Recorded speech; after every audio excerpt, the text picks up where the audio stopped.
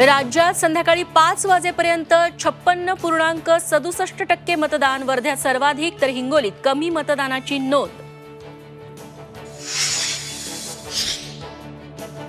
नांदेडमध्ये युवकानं फोडलं EVM machine, Biloli तालुक्यातील रामतीर्थ येथील मतदान केंद्रावरची घटना, युवकाला पोलिसांनी घेतलं ताब्यात। ठाण्याच्या दादोजी कोंडदेव स्टेडियममध्ये भंगार जमा ईव्हीएम, 2014 पासून ईव्हीएम पडून असल्याचा जितेंद्र आव्हाडांचा आरोप, हजारो मतदान कार्डही सापडल्याचा आव्हाडांचा दावा।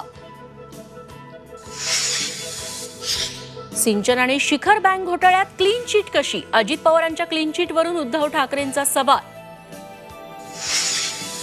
नाशिक लोकसभेसाठी भुजबळांची मोठी खेळी, भुजबळांचे विश्वासू दिलीप खैरेंनी घेतला अर्ज, तर शांतिगिरी महाराज आणि सिद्धेश्वरानंद महाराजही निवडणुकीच्या रिंगणात।